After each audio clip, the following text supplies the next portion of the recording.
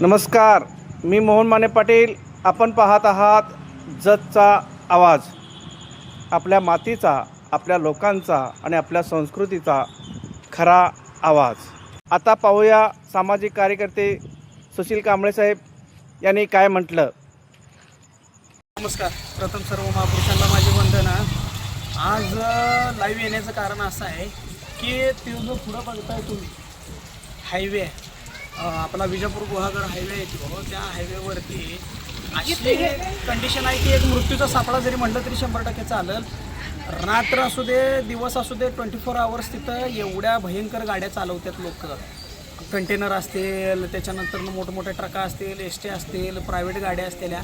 मला तुम्ही सांगा, एक तर ह्यो सिमेंटाचा रस्ता आहे, ह्याच्यावरती गाडी ब्रेक मारल्यावर उभारत नाही, एवढ्या वेगात गाड्या असतात त्या. आणि मेन शहराच्या मधोमध आहे तो रस्ता आहे. काय एवढ्या बेकार गाड्या असते त्या की एखादं जर चुकून गाडीच्या आडवं कुणी आला तर ती गाडीच्या टायरीखाली आल्याशिवाय राहणारच नाही आहे. मला व्हिडिओ तिथंसुद्धा बनवता येत होता, पण अक्षरशः परिस्थिती अशी आहे की मला तिथं न व्हिडिओ बनवण्यापाठीमागचं कारण हे आहे की माझ्या अंगावरती काटे यायला लागले. तर रात्रीच मी आणि आमचे मित्र सुभाष पाटील, बालाजी ज्वेलर्स यांनी फेरफटका मारायचं म्हणून त्या रस्त्याला गेलो, तर 100% त्यांच्या अंगावरती महामंडळाची एस टी गेली असती, अशी कंडिशन होती.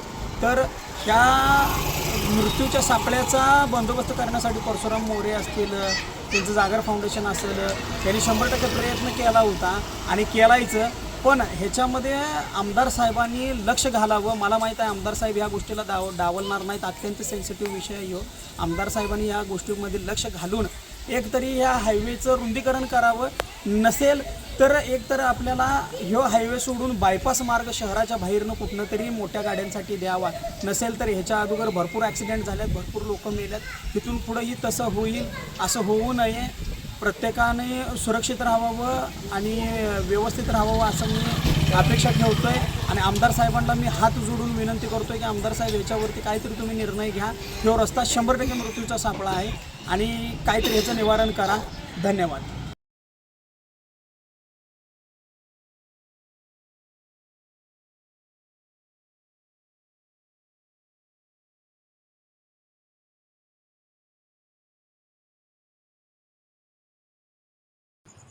व्हिडिओ आवडल्यास लाईक, शेअर आणि सबस्क्राईब करा.